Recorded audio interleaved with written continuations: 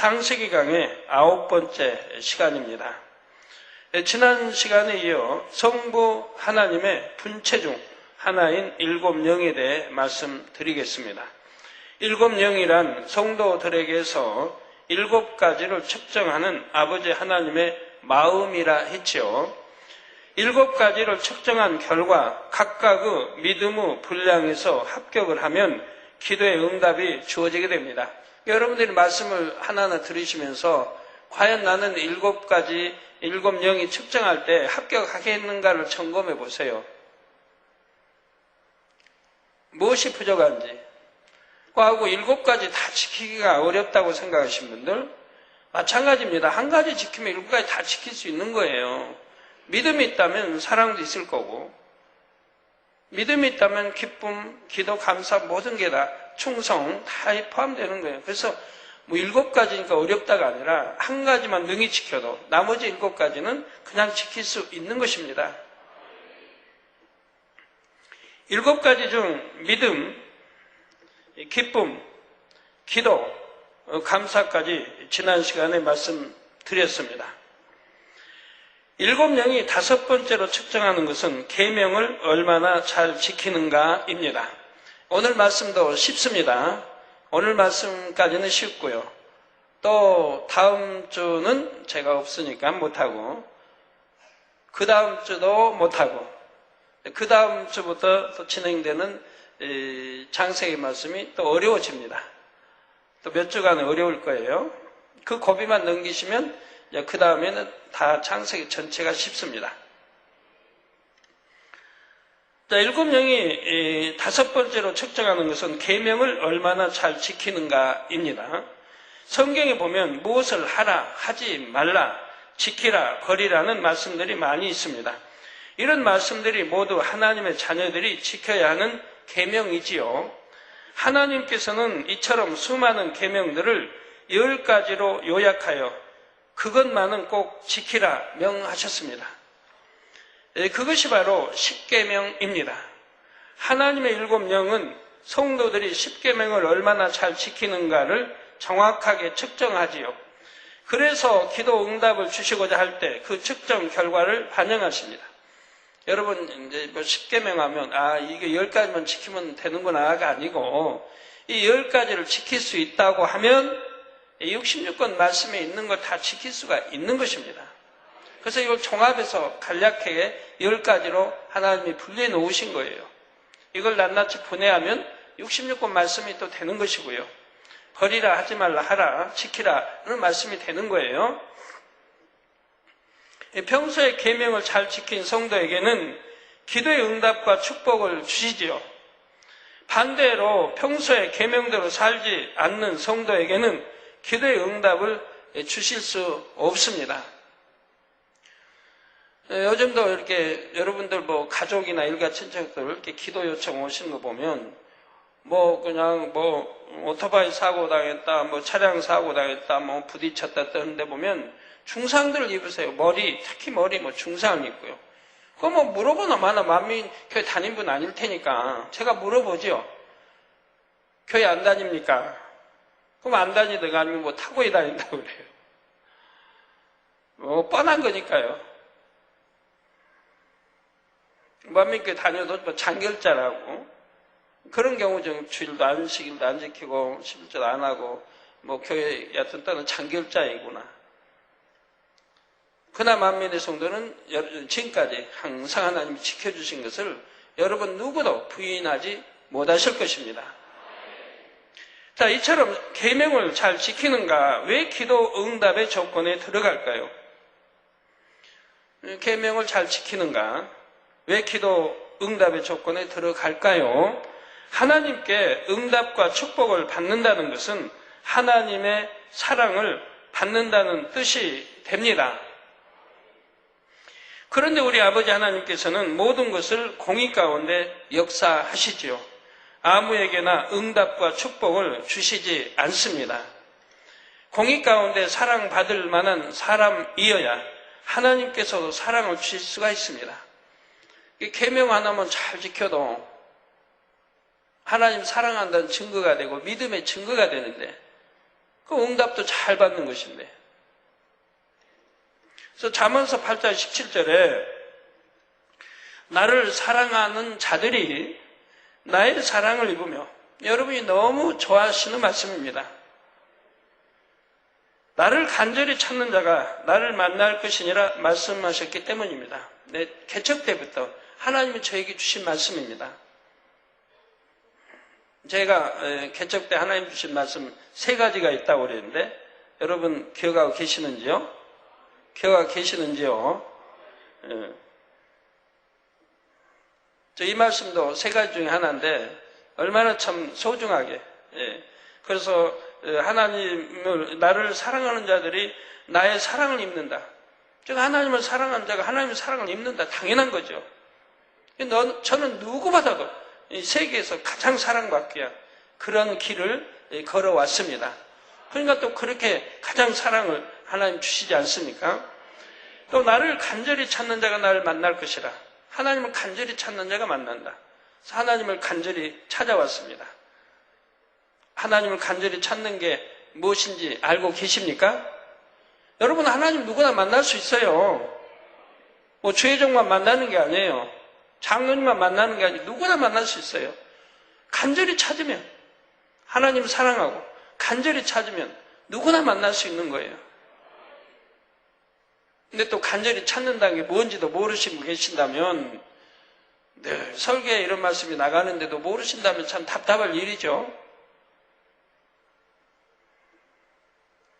아세요? 모르세요? 간절히 찾는다는 게 뭔지 아세요? 모르세요?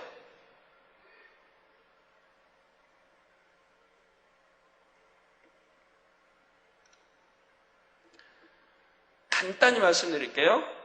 혹여 모르신 분들, 하나님 간절히 찾는 거, 하나님이 원하시는 길을 가는 거예요. 하나님이 계신 곳을 찾아가는 거예요. 그래야 만나죠. 하나님이 계신 곳, 어디에 계신다고 그랬나요? 하나님 빛 가운데 계십니다. 선 가운데, 사랑 가운데. 그 하나님 계신 곳을 우리가 찾아가면 되는 거예요. 나도 빛 가운데 들어가면 되는 거예요. 나도 선 가운데 들어가면 되는 거예요. 이게 내 마음에 할례하면서 악은 모양이로 버리고 우리 주님 닮아가고 아버지 하나님 닮아가는 것. 이것이 하나님을 간절히 찾는 것이라 이 말입니다. 이렇게 찾아가면 반드시 하나님을 만나 주신다 이 말입니다. 그래서 구약이나 신약에 수없이 약속해 놨어요. 찾으라 찾을 것이요, 두드리라 열릴 것이요, 구하라 주실 것이요, 믿고 간구한 자에게는 응답받은 줄 믿으라, 그대로 되리라, 내 믿음대로 되라. 얼마나 많이 약속해 놨습니까? 하나님 만나는 거 참 쉬워요. 뭐 어려운 거 없어요. 전 초신자 때부터 하나님의 음성을 여러 차례 들었으니까요. 왜? 제가 하나님 만나고 나서는 오직 그 길만, 제일 목표로 그 길만 향해 갔으니까요. 그래서 시간만 있으면 기도했고, 시간만 있으면 산상에 올랐고, 기도를 찾았고, 금식하고, 어찌하면 말씀을 더 밝게 할까 하고, 그 말씀대로 살기 위해서 참 행해왔고, 신학교 다니면서도 방학만 하며 바로 기도원으로 들어가서 2달간 머물러 금식하며 성경 보며 기도하며 살았던 것이고요. 하나님 간절히 찾기 위해 이렇게 해왔어요. 그러니까 때때로 필요하면 하나님의 음성을 들려주셔서 성경 이해하지 못하고 고민하고 있으면 그걸 풀어주시고 이렇게 했던 것이죠. 그래서 오늘날 주의종님들도 그렇게 한다고 하면 하나님 못 만날 주의종이 어디 있겠습니까? 또한 출애굽기 20장 6절에는 나를 사랑하고 내 계명을 지키는 자에게는 천대까지 은혜를 베푸느니라 말씀하셨죠. 즉 하나님을 사랑하고 또 하나님의 계명을 지키는 자에게는 천대까지 은혜를 베푸신다. 여러분이 왜 은혜 못 받습니까? 왜 이런 참 물질의 축복이든 건강이든 여러분들이 하나님을 사랑하는 어떤 증거가 있습니까? 계명을 잘 지키는 그런 증거가 있습니까? 사소한 것도 열기내고 사소한 것도 상대가 내게 언짢게 하면 그냥 같이 언짢아하고 말씀대로 사는 게 어디 있느냐 이 말이에요. 오른밤 때리면 왼밤도 태워주라 했는데 오른밤 때리면 더 화를 내고 분개하고 이해를 못하고 속옷 따르면 겉옷도 추라는데 하나님 말씀은 지식적으로는 알아요. 아는데 지켜 행하지는 않더라 이 말입니다. 마음의 할례에서 내 악은 모양이라도 빼내버리고 성결되게 이렇게 해가야 할 텐데 하지를 않는다 이 말이에요. 하나님 말씀은 들어서 알면서 행치 않아요. 자, 그런데 성경에서 우리가 하나님을 사랑하는 가장 명확한 증거가 무엇이라 했습니까? 바로 계명을 지키는 것이죠. 즉 하나님을 사랑한다면 계명을 지키는 것이라 이 말입니다. 요한복음 14장 15절에 우리 예수님께서도 너희가 나를 사랑하면 나의 계명을 지키리라 하셨습니다. 계명을 지키니까 뭐 도적질도 안 할 것이고 시기질도 안 할 것이고 누구 미워하지 않을 것이고 판단 정죄하지 않을 것이고 수군거리지 않을 것이고 원망 불편하지 않을 것이고 간음하지 않을 것이고 여러분 믿음이 있다면 간음하지 않을 것입니다. 그런데 어떤 사람은 간음하고 회개하고 또 간음하고 그러고도 용서받는 줄로 착각하고 있어요. 그런 분들이 있어요. 아유 또 당회장님께 중복기도 받으면 용서되겠지. 분명히 주님을 알지 못하는 진리를 알지 못하는 여인이 간음했을 때 돌로 쳐 죽이라고 끌고 왔습니다. 주님 앞에. 주님이 뭐라고 하십니까? 나도 너를 용서한다. 용서하겠다 하시죠. 나도 너를 책망창 용서하시겠다요. 그러나 다시는 죄를 범치 말라.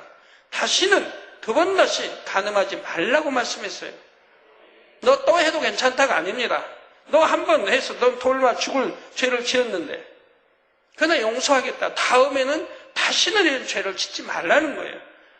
두 번 짓지 말라는 거예요. 이건 사망이 이런 죄이기 때문에 그런 거예요. 사망이 이런 죄는 두 번 짓지 말라는 한 번으로 끝내라는 겁니다. 그 용서받았으면 그걸로 끝내라 이 말이에요. 용서받고 또 하고 그러니 이제 짐짓 죄를 짓는 게 되고 결국은 용서받지 못할 길로 들어가는 거죠. 그래서 다시는 죄를 범치 말라고 우리 주님 분명히 말씀해요. 그런데 회개한다고 또 짓고 회개한다고 또 짓고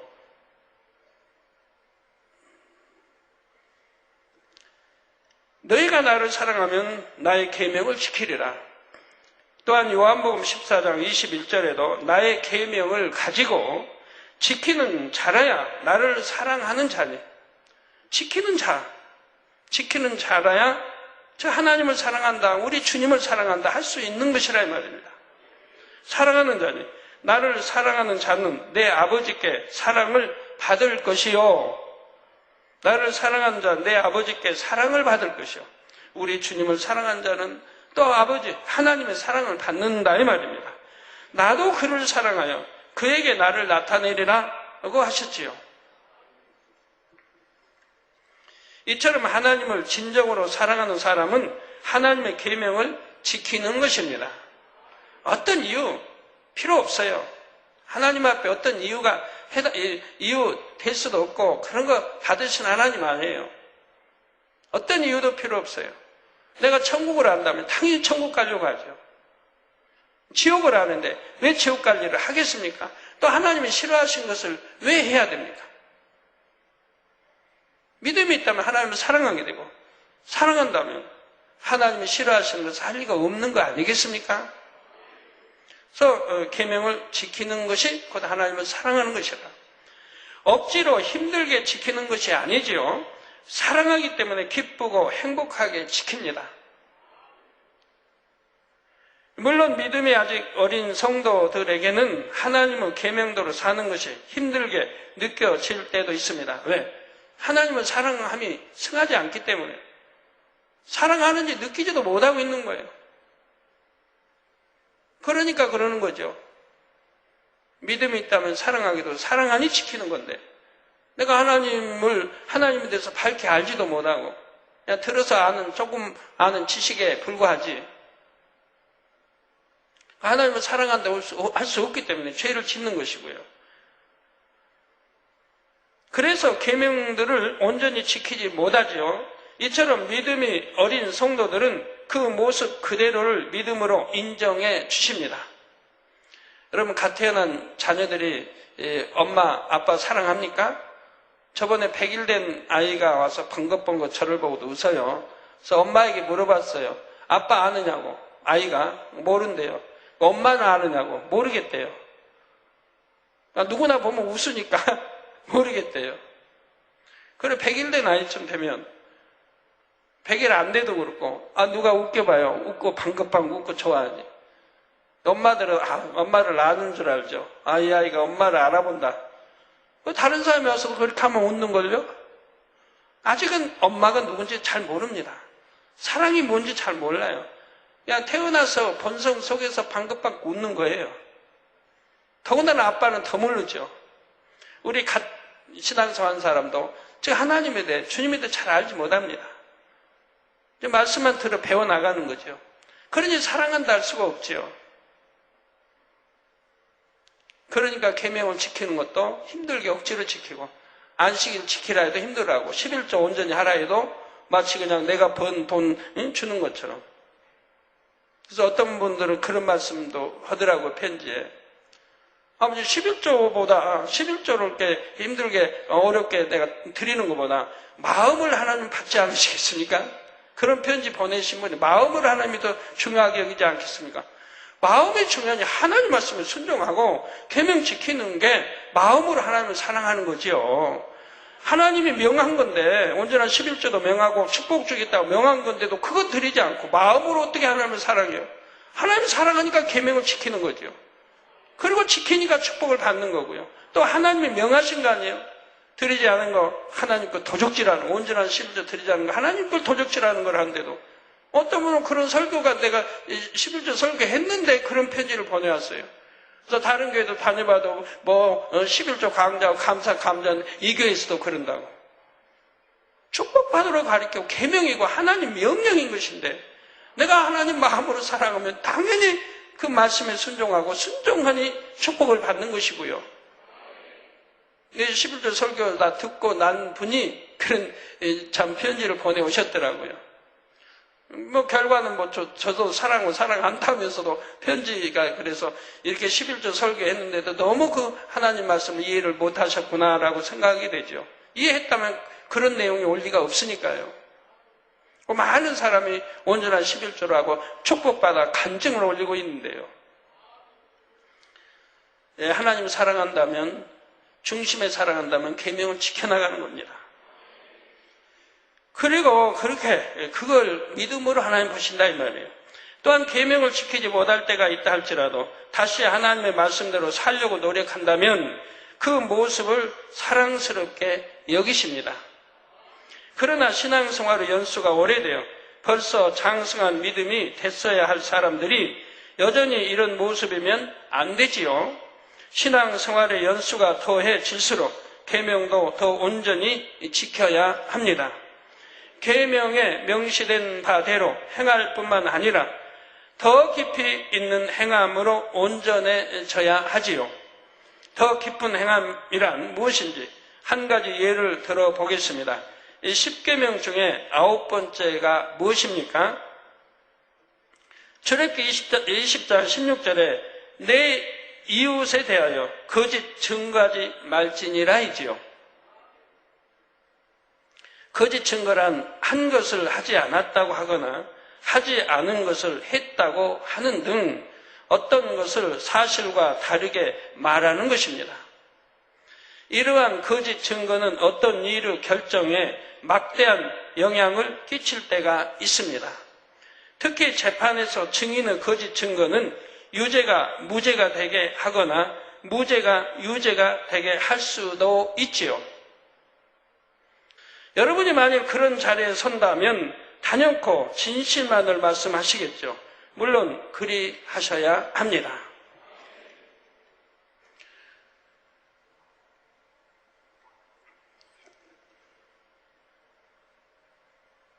전에 몇 년 전에 그런 사건이 있었나 봐요.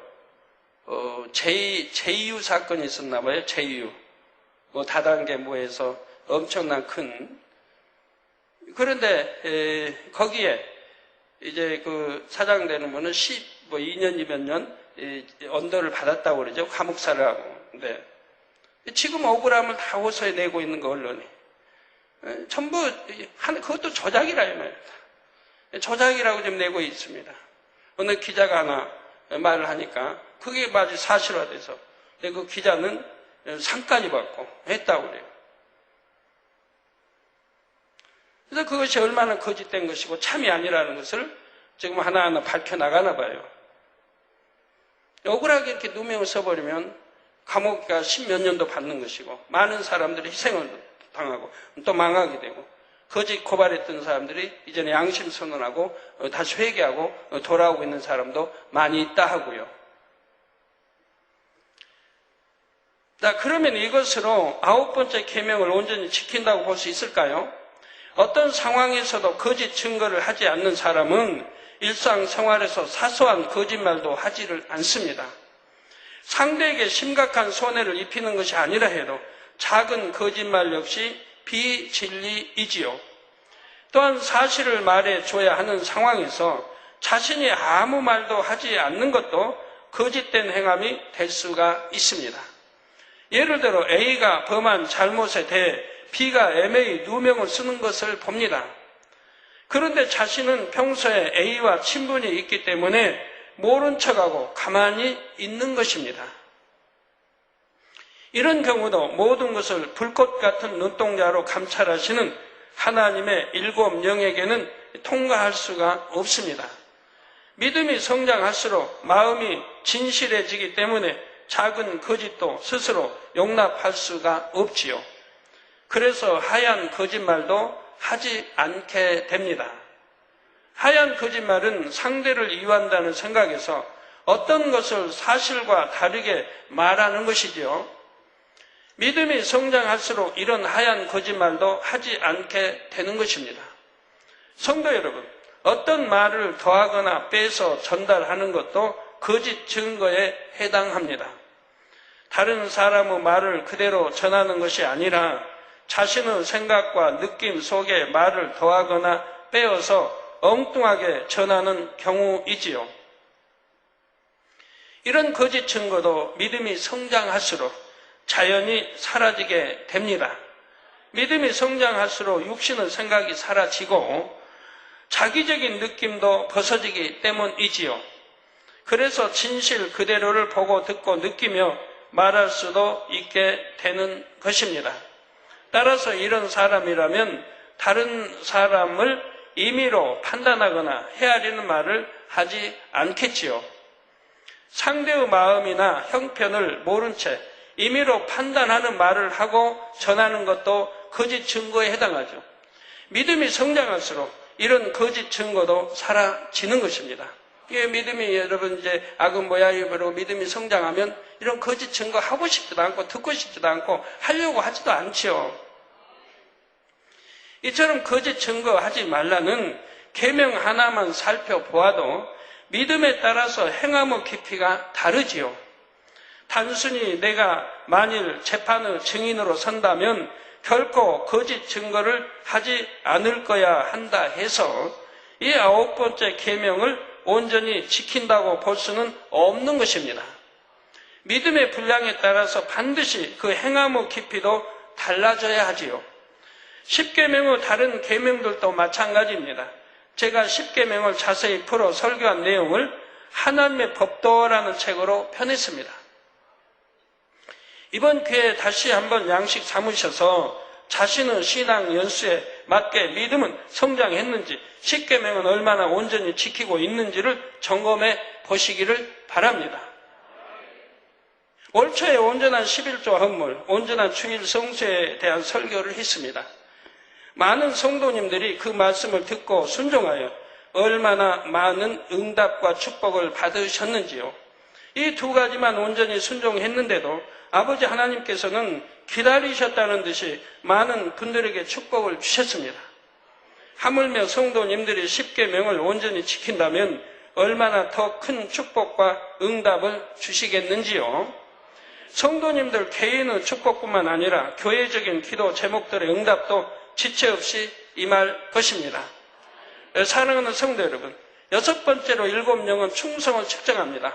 오늘 은사집회 날입니다. 환자 되신 분들 이런 말씀 하나하나 들어서 정말 내가 믿음 가지고 있는가? 내가 정말 하나님을 사랑하는가? 믿음 가지고 있는가 점검해 보세요. 내가 하나님을 사랑하고 믿음이 있다면 여러분 그렇게 아플 이유 하나도 없어요.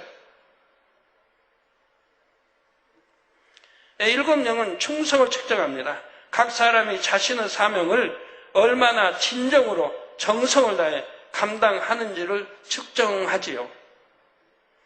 그러므로 주의 종으로서, 내의족으로서, 장로로서, 권사로서, 집사로서, 주교사로서 직분에 합당한 충성을 해야 합니다. 또한 기관장으로서, 구역장으로서 이 외의 모든 사명자로서 맡은 바 사명을 참으로 소중히 여기고 잘 감당해야 하지요. 그런데 꼭 하나님의 일에만 충성한다고 해서 그것을 온전한 충성이라 하지는 않습니다. 교회에서 받은 사명뿐만 아니라 가정의 충성, 일터의 충성을 포함하여 온 집에 충성하는 것이 온전한 충성입니다. 남편으로서, 아내로서, 자녀로서, 부모로서 이처럼 각자 주어진 모든 위치에서 진리로 충성해 나가야 하는 것이지요. 물론 주의 일과 세상 일 중에 하나만 택하라고 한다면 믿음 있는 성도는 주의 일을 택할 것입니다. 그렇다 하여 이것이 세상 일은 소홀히 해도 된다는 의미는 아니지요.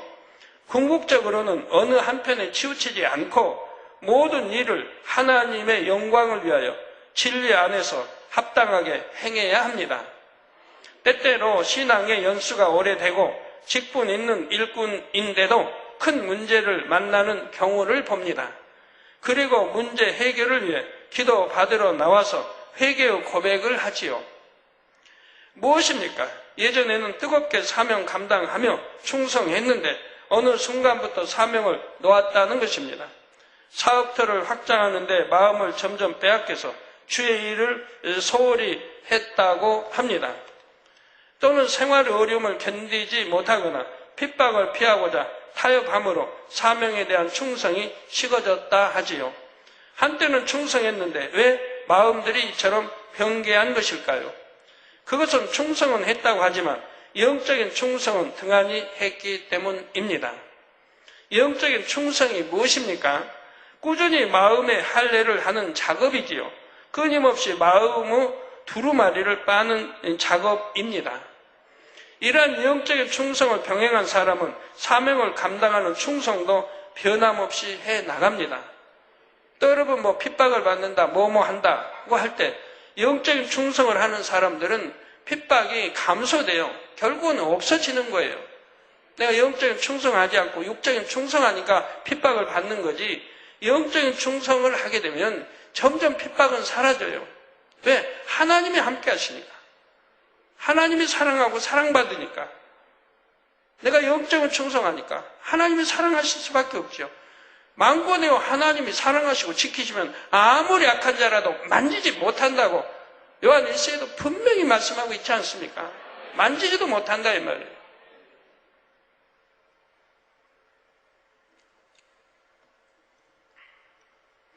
설령 어떤 어려움이 와도 사명을 놓지 않지요.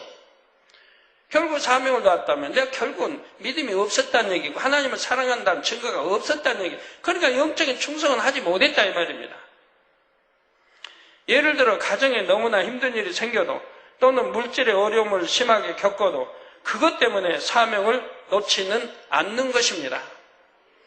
왜냐하면 사명 감당은 하나님과 나와의 약속입니다.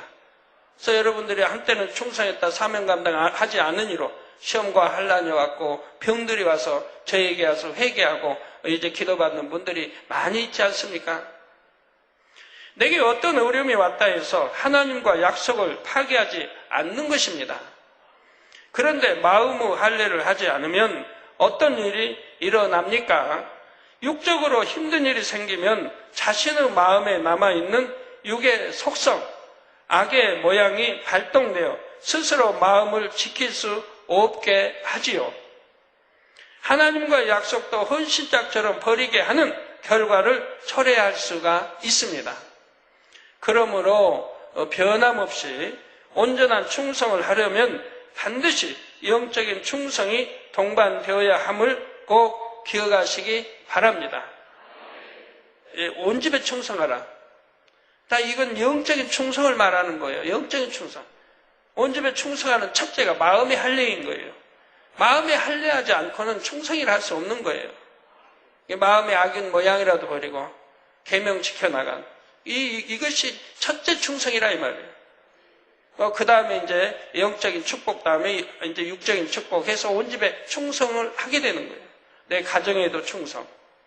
엄마는 엄마로서, 아빠는 아빠로서, 자녀는 자녀로서 또 충성하는 거고요. 사명을 놓지는 않는다 해도 성령이 충만치 못하면 사명을 억지로 힘들게 감당하는 것을 봅니다. 때론 자신의 자리도 지키지 못하거나 그저 겨우 자리만 지키는 사람도 있지요. 7명이 이런 상태의 일꾼을 측정한다면 어찌 합격 점수를 줄 수 있겠습니까? 그러므로 항상 충만하게 사명 감당하기 위해서라도 반드시 마음의 할례를 통해 악은 모양이라도 버려야 합니다.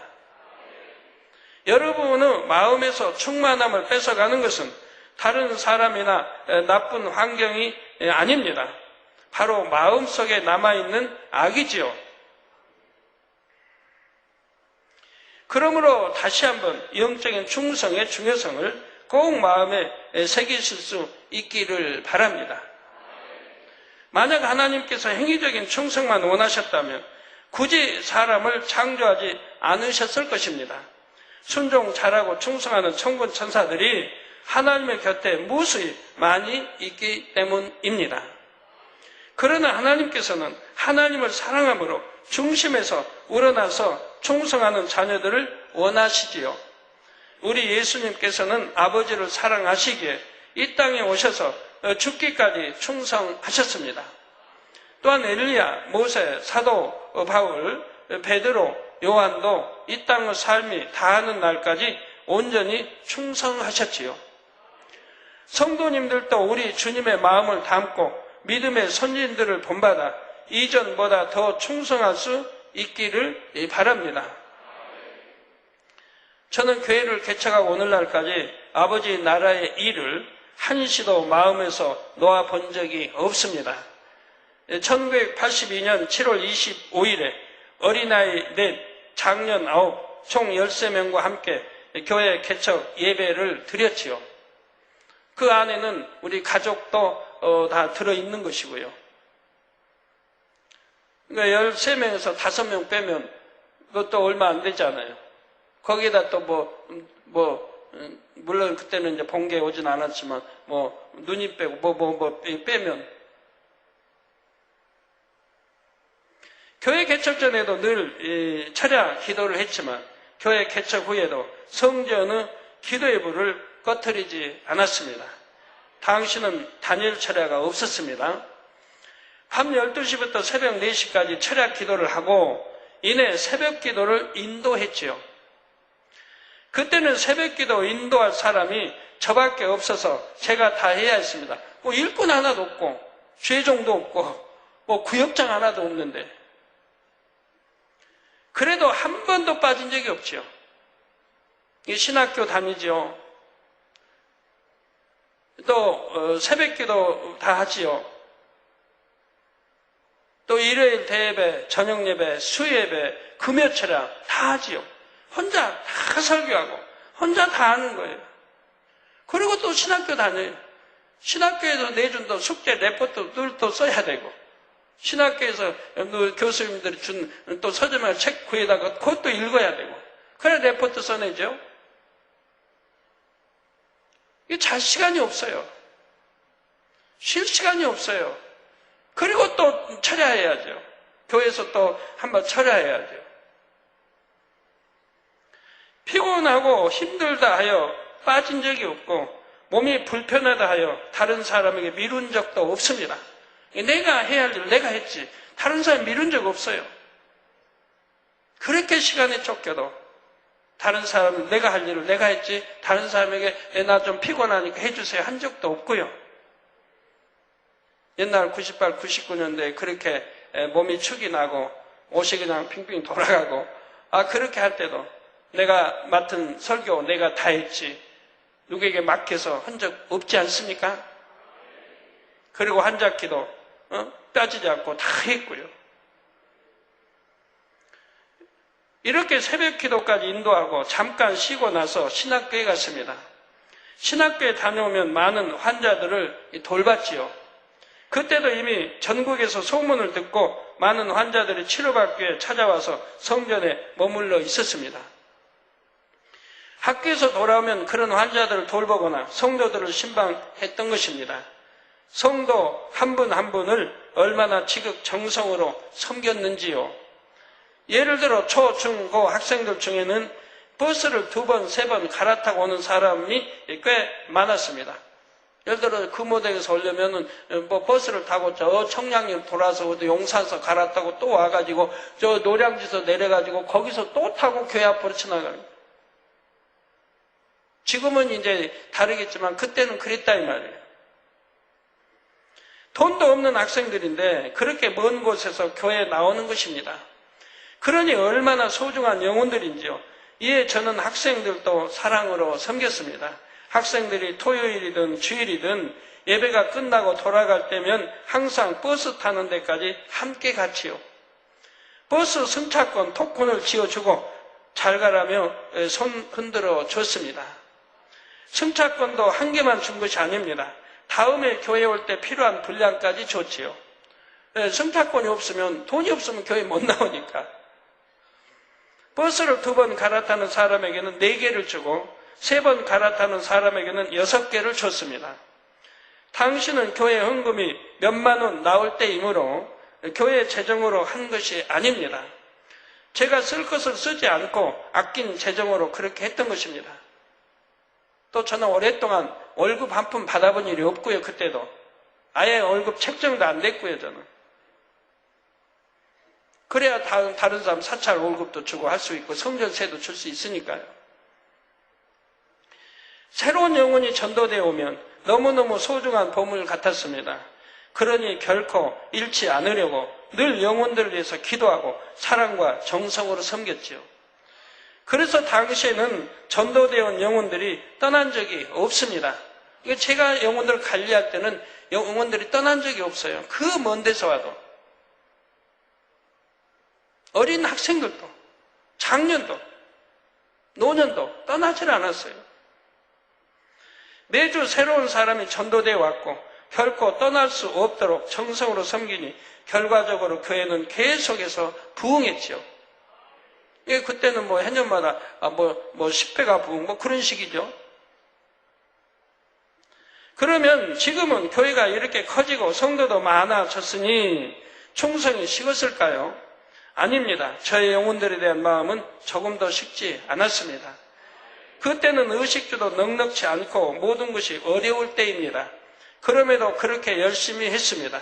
지금은 전 세계 9,000개 이상의 지교회가 생겼고 수많은 주의 종들과 레이족과 일꾼들이 있습니다.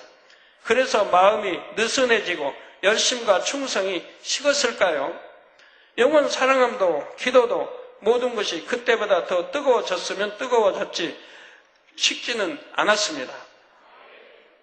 예전에는 그래도 시간의 여유가 있어서 1년에 한두 번 사택 가족들이 외식을 했지만 이제는 그렇게 외식할 시간도 없습니다. 예전에는 추석 때는 가족들과 함께 밖에 나가는 시간이 있었는데 지금은 그렇게 함께 할 시간도 없지요. 예전에는 90년대, 80년대는 추석 때면 기도 원장이 했는지 자녀들이 했는지 저에게 비디오 테이프를 빌려달라서 보시라고. 그걸 쉬는 때 한번 이런 때 보시라고. 재밌는 유익된 거라고 주세요. 그러면 아버지 한 번도 본 적이 없습니다. 보지 않고 뭐 되돌려 줬지요. 미안하니까 하루 이틀 지나면 되돌려 줬지. 한 번도 본 적이 없어요. 그렇게 마음의 여유가 없었다는 얘기죠. 옛날에도요. 자, 그렇게 모든 시간들이 아버지 하나님의 일로 채워진 것입니다. 우리 주의 종님들, 레이족들, 일꾼 되신 모든 분들 한번 자신의 삶을 점검해 보시기를 바랍니다. 자신의 직분에 따라서 아버지 앞에 충성함이 예전과 지금이 얼마나 달라졌는지요. 예전엔 사명도 사모하고 충성했는데 혹여 지금은 아무것도 맞지 않은 분이 계십니까? 예전이나 지금이나 사명은 그대로라 해도 처음 그 사명을 맡았을 때 뜨거웠던 마음이 지금은 혹여 식지 않았는지요? 참 믿음을 가진 성도라면 신앙의 경륜이 쌓일수록 충성도 더 승해지기 마련입니다. 그래야 7영어 측정에도 합격할 수가 있지요. 마지막 7번째로 7영이 측정하는 분야는 사랑입니다. 물론 여기서의 사랑은 영원히 변치 않는 영적인 사랑이지요. 사랑은 앞서 나온 6가지 전체를 온전하게 엮는 띠와 같은 역할을 합니다. 곧 믿음, 기쁨, 기도, 감사, 계명, 지킴, 충성을 사랑이 하나로 엮어서 온전하게 하는 것입니다. 이것이 무슨 뜻이냐면 먼저 믿음도 사랑 없는 믿음은 소용이 없습니다. 고린도전서 13장 2절 후반절에도 산을 옮길 만한 모든 믿음이 있을지라도 사랑이 없으면 내가 아무것도 아니에요 라고 말씀했죠. 사랑이 없으면 아무리 내가 산을 옮길 만한 믿음이 있을지라도 사랑이 없으면 내가 아무것도 아니라 이 말입니다. 여러분 일꾼 되신 분들 부부간에 정말 사랑이 있습니까? 사랑이 있는 분도 많지만 일꾼은 돼요. 머리에 돼 있어도 부부간에 사랑도 없는 분들도 있더라 이 말이에요. 내 아내가 그렇게 소중해야 되고 내 남편이 그렇게 소중해야 되는데 이런 영적인 사랑도 없는 부부들도 있더라 이 말이에요. 그런 부부를 보면 참 마음이 제가 아픈데 그러나 정말 그 사랑하는 부부를 보면 너무 행복하고 좋아요. 뭐 젊은이도 마찬가지고 뭐 1남성계, 2남성계, 3, 4든 아니면 1여성계, 4든 부부간에 정말 그 영적으로 사랑하는 그런 부부를 만나면 너무 제가 행복하고 좋아요.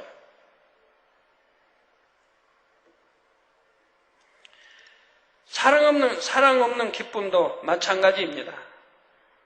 예를 들어 다른 사람이 잘못되는 것을 보고 기뻐한다면 이게 얼마나 악한 마음입니까? 기도할 때도 사랑으로 기도해야지요. 사랑으로 기도한다면 기도하는 시간에 졸지 않아요. 제가 옛날에 초신자 때 노동일 하고 옵니다. 아침 새벽에 4시 좀 지나면 새벽기도 하고요. 그리고 와서 밥 먹으면 6시, 5시 반이면 집에서 또 출근해야 돼요. 도시락 하나 싸고. 그 버스를 보통 2번 정도는 갈아타니까 그 목적지 도착해요. 늦어도 7시 전에 도착해서 옷을 다 갈아입어야 되고 7시부터 일이 시작되는 거예요. 그리고 낮에 이제 점심 먹고 오후에 한 3시경에 이제 휴식 시간 잠깐 이제 간식 타임 줘요. 그 7시까지 일을 해요. 12시간 일을 해요. 점심시간 1시간 좀 빼고. 아주 중노동이죠. 7시간이 돼야 일이 끝나요. 그러면 옷 갈아입고, 그리고 이제 집으로 오게 되는 건데요. 또 이제 버스 갈아타고 오죠? 2번 갈아타고, 또 일하는 사람 그냥 집에 옵니까? 또 한잔 하자고 하지요. 그럼 같은 동네에도 여러 명 있고 한데 혼자 올 수도 없어요. 같이 가야죠. 그러면 그들은 마시고 하면 저는 안주는 먹죠. 그들에게 잔소리 좀 제가 했어요. 잔소리 좀 해요.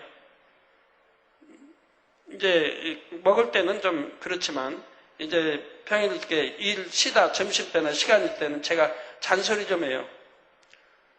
왜 그렇게 끝나고 꼭 가서 그렇게 마셔야 되냐고. 한 푼 두 푼 이렇게 힘들어서 번 거를 모아야지. 자꾸 세월은 지나고 나이는 먹었고 힘은 빠져가는데 앞으로 어떻게 하려고 그러냐고. 좀 정신 차려서 저금도 하고 제가 이런 잔소리를 좀 해요. 그래도 제가 잔소리하는 거를 아무도 싫다 하진 않아요. 다 받는 거예요. 누가 나쁘게 혈기내든가 그런 잔소리 하지 말고 한 사람은 하나도 없었어요. 저는 일꾼으로 같이 일하는데도 일도 할 줄 모르죠. 저는 쉬운 일만 시키고 그래요. 그것도 저에게는 꼭 존댓말을 써줬어요. 지금 생각해도 참 감사한 일인데 저를 함부로 대한 사람들이 없었어요. 네, 그런데도 그들 한영혼들이 얼마나 불쌍한지. 그들이 시간만 있으면 전도하고 그러면 다 믿는데요. 자기 아내도 교회 다닌대요. 세월을 그렇게 보내요. 일하고 그걸로 마시고 취하고 그리고 다 이제 노름으로 없애버리고 1년, 2년, 3년 그렇게 보내는 거예요. 그러니까 가정이 별날이 없죠. 사랑 없는 기도는 하나님께 향으로 상달되기가 어렵습니다. 사랑 없는 감사도 마찬가지입니다. 중심을 보시는 아버지 하나님께는 물론요, 사람에게도 감동을 줄 수가 없지요.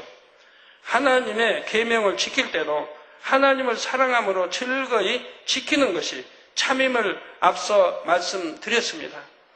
충성도 사랑하는 마음으로 하는 것을 아버지 하나님께서 진정 원하신다 했지요. 이처럼 사랑이 다른 6가지를 온전하게 하나로 묶는 역할을 하기 때문에 사랑이 맨 마지막에 나오는 것입니다. 하나님의 7영은 우리가 모든 것을 행할 때 얼마나 진실한 사랑의 마음으로 하는가를 두루 측정하십니다. 이게 사랑 없는 감사, 그건 참 감사가 아니죠. 그래서 정말 감사를 느끼는 사람은 내게 은혜 끼친 사람을 한 번으로 갚는 거 아니에요. 흔히 보면 그런 거 있잖아요. 누가 내 생명을 살려줬어요? 무협지 그런 거 많이 나오고. 그런데 영화에서 나를 내 생명을 살려줬어요. 어떤 교회에 나도 상대가 죽을 걸 살려줬어요. 그러면 갚았다고 그러잖아요. 이제 갚았다. 그걸로 끝인 거예요. 상대가 나를 살려줬기 때문에 내가 살아있는 것이니까 내가 그에게 영원히 그런 사랑을 줘야죠. 그런 감사를 줘야 하는 거예요. 상대 때문에 내가 살아있는 거예요. 상대가 나를 살려주지 않았으면 나 죽었을 몸인데. 그러니까 한 번 내가 상대를 살려줬다고 갚았다고 할 수 있나요? 영원히 사랑해야죠. 영원히 그 은혜를 잊지 않아야죠.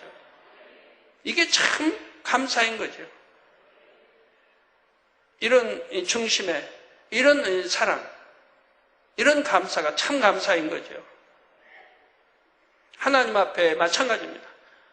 저도 하나님 만났기 때문에 저를 만나게 해준 분, 그분을 그렇게 소중히 여기는 거예요. 그래서 그 가족까지도 제가 소중히 여기는 거예요. 저를 하나님을 만나게 해준 분이 그렇게 소중한 거예요. 항상 감사한 것이고요. 그래서 그 가족까지에게도 저는 은혜를 베풀기를 항상 원하는 거예요. 이래서이겠습니까? 주님 오실 때까지죠. 하나님이 이런 중심을 보시고 또 기뻐하시는 것이고요.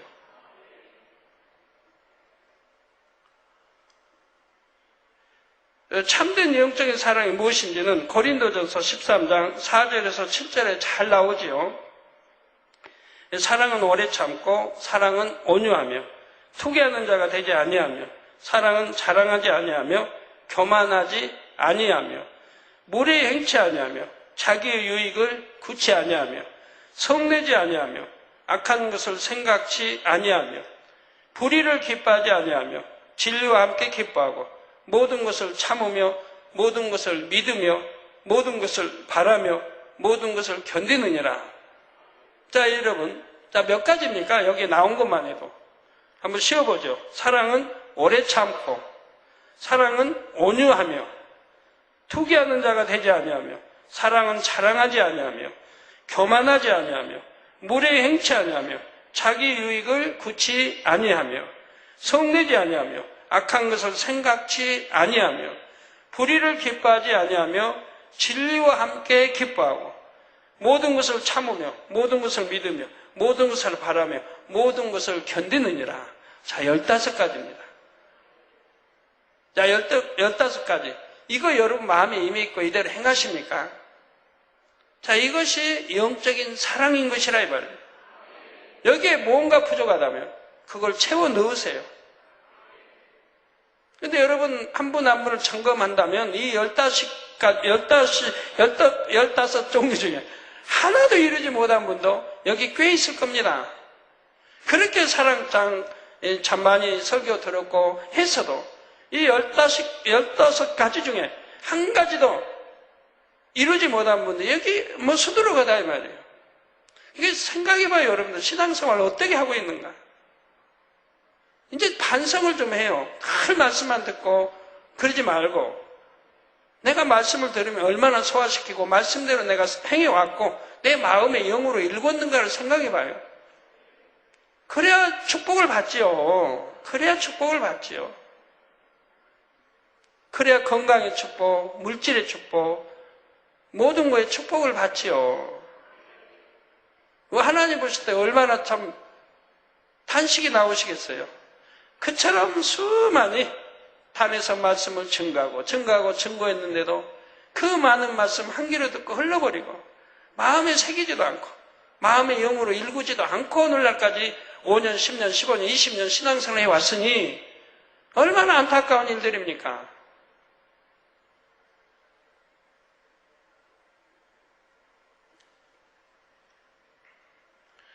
성도님들은 이제 신앙 안에서 무엇을 하시든지 항상 이 영적인 사랑의 기준을 기억하시며 행하시기 바랍니다. 예를 들어 기도를 하거나 충성을 할 때도 항상 이 사랑장의 말씀대로 행한다면 온전한 기도, 온전한 충성이 될 것입니다. 이처럼 사랑으로 모든 것을 행하는 사람이 진실로 하나님을 사랑하는 사람입니다. 아버지 하나님께서 이처럼 진실한 사랑으로 하나님을 사랑하는 자녀를 얻기 원하시지요. 그래서 인간 경작을 시작하셨습니다. 그러므로 성도님들은 진실한 사랑을 이루어 아버지 하나님의 참된 자녀가 되시기를 바랍니다. 또한 사랑으로 모든 것을 행하여 7영의 측정에 온전히 합격함으로 모든 마음의 소원을 응답받기를 원합니다. 성도 여러분, 이제 하나님의 7영의 역할을 잘 아시겠지요? 7영이 측정하는 7가지 항목들은 전자제품의 부품들에 비유할 수가 있습니다. 그 부품들 중에 하나라도 빠지면 스위치를 켜도 전자제품은 작동하지 않지요. 이처럼 7영이 측정하는 7가지 항목 중 어느 한 가지라도 부족하면 기도 응답이 주어지지를 않습니다. 그런데 공의와 사랑의 하나님께서는 믿음을 가장 먼저 측정하셔서 각각의 믿음의 분량에 따라서 합격 기준을 정하신다 했습니다. 출애굽기 33장 19절 후반절에 아버지 하나님께서는 나는 은혜 줄 자에게 은혜를 주고 긍휼히 여길 자에게 긍휼을 베푸느니라고 말씀하셨습니다. 은혜 줄 자에게 은혜 주신다 이 말이에요. 내가 은혜 받을 그릇 준비하면 하나님 은혜 주세요. 또 긍휼히 여길 자에게는 긍휼을 베푸신다 이 말입니다. 아버지 하나님께서 7영을 통해 이처럼 세밀하게 기도 응답의 기준을 정하신 것은 어찌하든 더 많은 응답을 주시기 위함입니다. 통과하지 못할 높은 기준을 정해놓고 응답해 주지 않으시려는 것이 아닙니다. 누구나 각자의 믿음의 분량대로 응답받고 축복받기를 원하셔서 7영으로 합격의 기준을 정하신 것입니다. 그러므로 성도님들은 더욱 온전한 사랑 가운데 행하셔서 아버지의 풍성한 은혜와 복을 받으시기를 주님의 이름으로 축원합니다. 예, 우리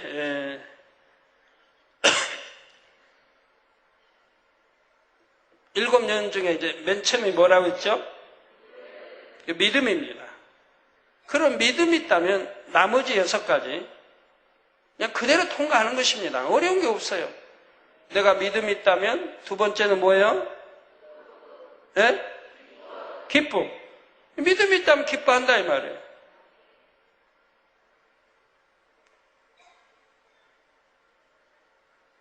거지 나사로는 그렇게 부잣집 대문에서 동냥을 해도 걔가 자기 흐른 곳 와서 핥아먹어도 그는 그래도 기뻐할 수 있었다 이 말이에요. 하나님을 생각했다 이 말이에요. 그러니까 아브라함 품에 안겼다 이 말이에요. 이게 천국의 소망이 있기 때문에 기뻐한다 이 말입니다. 믿음이 있기 때문에 기쁨이 있는 거예요.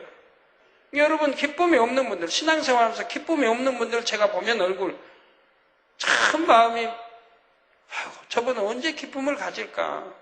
우리 장로님은 언제 기쁨을 가질까? 어떤 이제 주회장님은 기쁨을 언제 가질까? 어떻게 신방을 할까? 뭐라고 성도들을 가르칠까? 기뻐하라고 어떻게 가르칠까? 본인도 얼굴에 기쁨이 별로 없는데 이런 걸 생각하면 염려가 되는 거예요.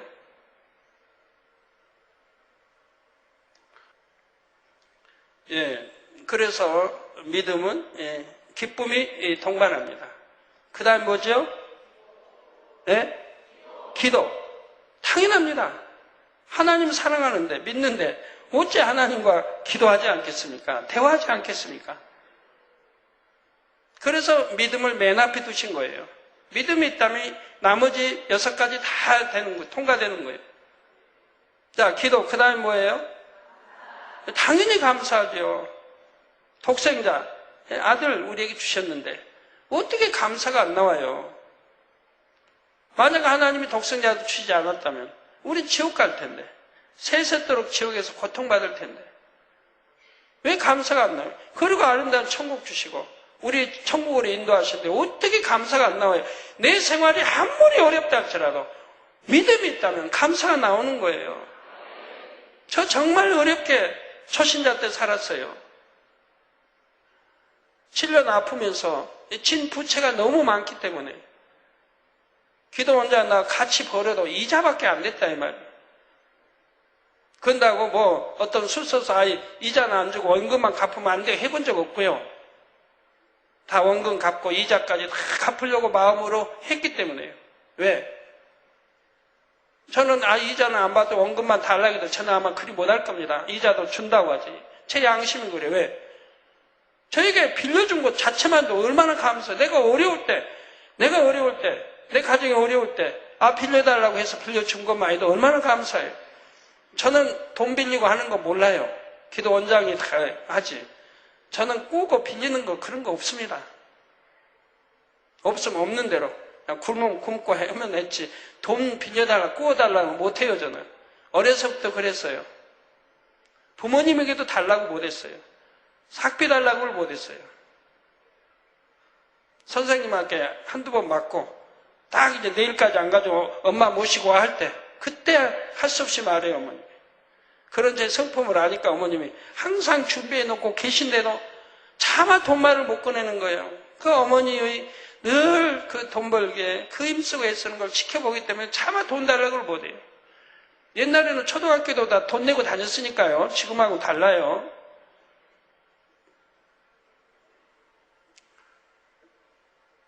예.